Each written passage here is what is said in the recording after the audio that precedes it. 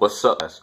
I am back for that movie review. Got finals next week, and then I'll be on summer break. However, I've got to do the Spider-Man review.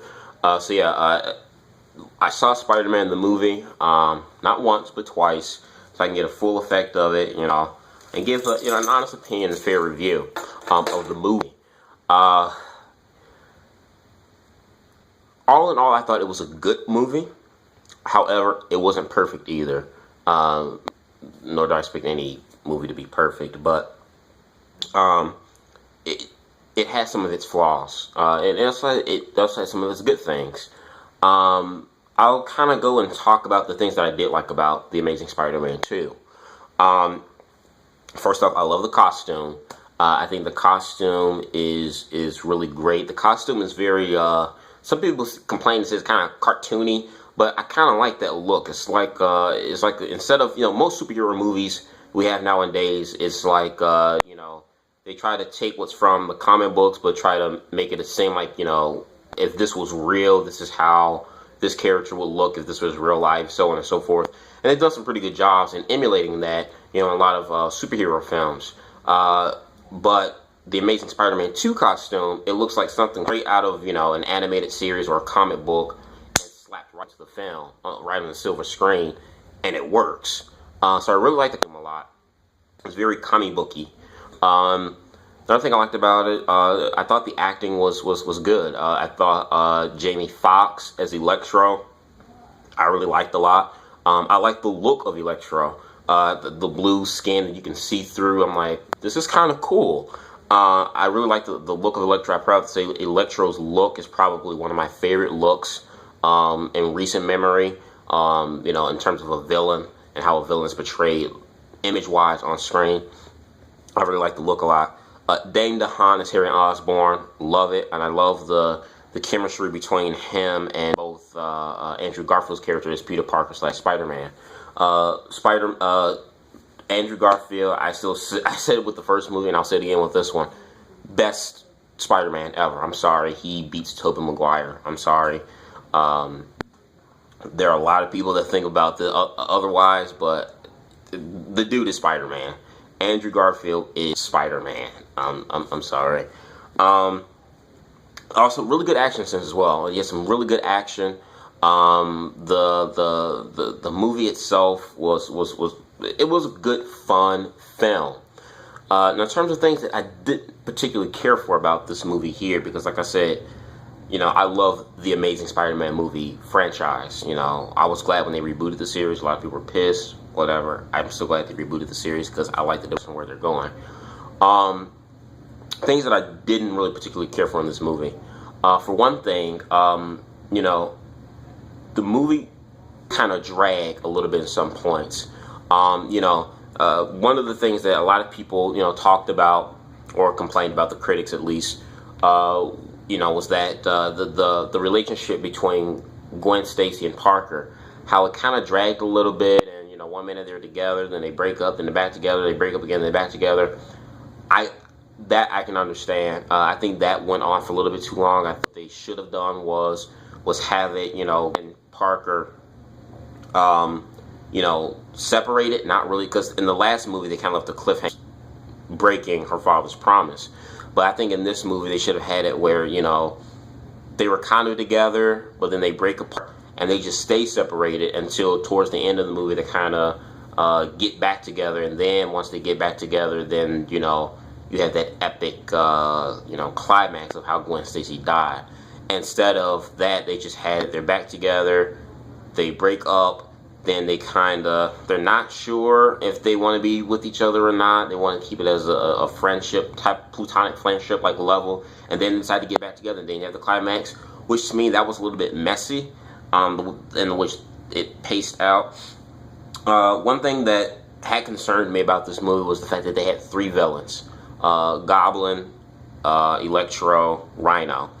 I said it since day one that Rhino was going to be a very small, minute character, and I was right.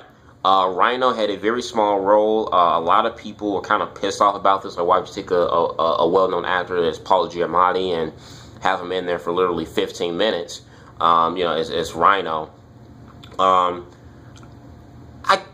didn't mind it too much, really. Just for the simple fact, I knew Rhino was going to be a cameo character, and I know it was misled because, we look at the movie and then you look at the posters, so they have to have Rhino on there. It made you to believe that he would have a much bigger role. So I think they should not have done that. However, I didn't mind the small screenplay time that Rhino got. Rhino was never really a major character. I mean, he's a main villain in Spider-Man, but he wasn't like the first. Rhino was always like a secondary villain. Secondary or third, kind of like villain in the background of Spider-Man.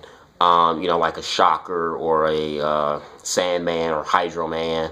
He was always a secondary character. He was never, a leading character villain like Goblin, Venom, the Lizard, Mysterio, Doc Ock, etc. And the list goes on. He's a secondary character. So, with him being in here and taking the back seat to leads of Electro and even Green Goblin, I didn't mind his short appearance.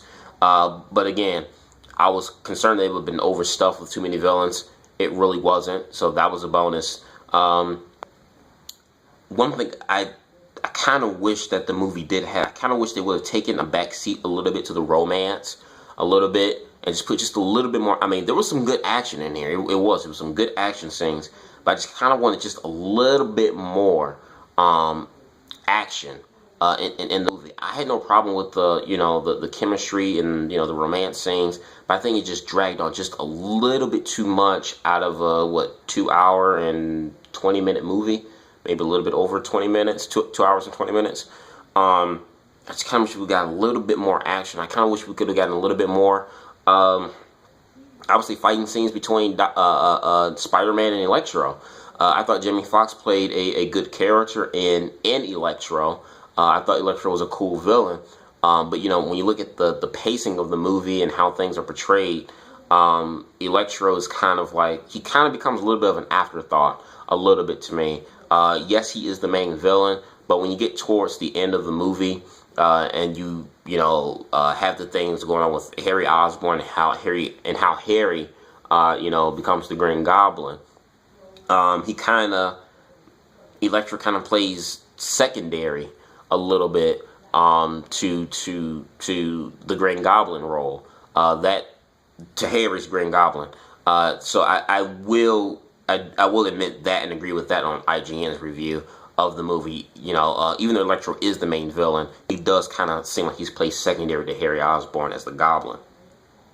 So I kind of wish we would have gotten more of the Baxter character, but as Electro. Instead, we got him when he was in the middle of Times Square. The whole interaction with Spider-Man. The only time we see Electro is when he's trapped in the cage being tormented, and then when Harry frees him, and then you have the final battle between him and Spider-Man. That's the only time you see Electro. So I kind of wish we would have gotten to see more of the villain Electro. Things I think that did not need it to be needed. I think the whole Peter Parker's parent thing, they finally answered the questions, to the mystery of Peter's parents and how they left him and from the first film and why they left him and stuff like that. They answered those questions. Do I think some of that could have been dubbed down a little bit? I think so. I think some of that could have been dubbed down a little bit in terms of his parents, because it's like they tried to take, things that were going on with the character between Parker, Gwen Stacy, Parker's parents, the Baxter character, the Harry Osborn character. It's like they tried to weave and sew all these things and together. And some things I think either went on too long, or it may have, things could have been added, things should have been edited down, or just not used at all. So I think that the whole, Peter Parker's family background, some of that could have been cut down to a minimum, at least, is what I strongly believe. Harry Osborn playing as the Green Goblin. Him being the villain Green Goblin was minimal. It was very short. I wasn't pissed off about it like how I was with Venom and Spider-Man 3. Just for the simple fact that this movie kind of sets up for the Sinister Six. I'll get into details about that from a separate video. But all in all, those are just some of the things that I just didn't like about it. However, I did think The Amazing Spider-Man 2 was a fun film. You know, I'm a Spider-Man fan. I loved it. I thought the comedy was great. I liked how they kind of hinted at James John Jameson and how Park was already working for the Daily Bugle. But yet we didn't see JJ. But who could top JJ from the Sam Raimi films? I mean, seriously, that guy was phenomenal in that role. You know, it was very funny. It was humorous. It felt like I was watching Spider-Man come to life. It was like looking at a Spider-Man comic book and watching it on screen, on the big screens. So all in all, I thought this was a good film nonetheless, despite the few things that I mentioned that I did not like about it. I did love the film. I did enjoy it. It did have good action scenes. I love the CGI. I love how he swings through the city. He's very, you know, acrobatic and stuff like that. I loved it. I thought the action-packed scenes were good between Spider-Man and the villains. And the climax ending with Gwen Stacy, my God, that was probably one of the best, I guess you could say, climax moments I've seen in a superhero movie in a while. Because when I was in the movie theater and the whole thing with Gwen Stacy dying, the whole theater was just silent. Everyone was silent. And half the people that were in that movie theater weren't even, you know, you could tell were even like Spider-Man fans. They were just, you know, moviegoers or people that like Spider-Man but don't know too much about, you know, his history and his origin and everything else. And they didn't even see it coming. You know, for those of us who read the comics, we knew how Gwen was going to die anyway. But there were a lot of people in that movie theater that did not think that Gwen Stacy was going to die. And she did. And the whole theater was silent. That was a powerful, powerful climax moment, I thought. So all in all, if I was to give The Amazing Spider-Man a 1 through out of 10, if I was to give it a score, I'd give it a 7.75. I thought it was a good, fun film. I love the comedy. Andrew Garfield, seeing him in this role in Spider-Man, the second film, his witty sarcasm and everything is just like the Spider-Man you read in the comic books or you see in the animated shows. It's like this dude he is Spider-Man. So I enjoyed the film a lot. I thought it was great. I know a lot of people have been nitpicking on this movie.